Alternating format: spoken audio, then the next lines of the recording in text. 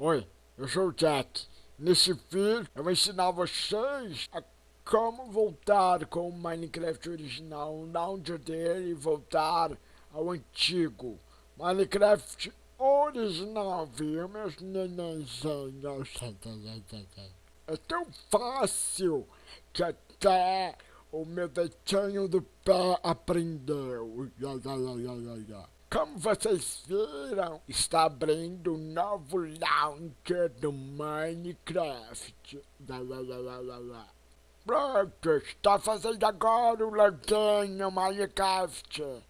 Novo visual, surpresa! Boas-vindas ao novo launcher do Minecraft. Ele vem com um novo visual, permite alteração de skin e de modo geral mais sutil. Se você encontrar qualquer problemas, informe-nos no nosso rastreador de erros. Você também pode encontrar esse link na página de ajuda. Ok.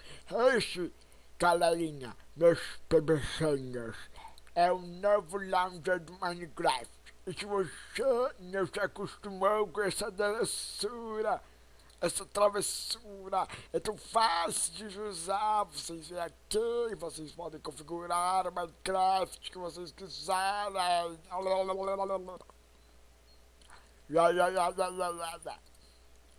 Mas esse não é o tutorial, não é o tutorial, vamos para o tutorial.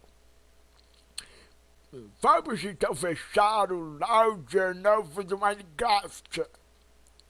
E agora vamos clicar com o botão direito em propriedades lá embaixo, tá, neguinho? Compatibilidade. E vamos aqui em modo de compatibilidade e marcar este quadradinho bonitinho. Executar este programa em modo de compatibilidade. Pronto! Tem que estar aqui, ó. Windows XP Service Pack. Se você qualquer outro, vai dar merda.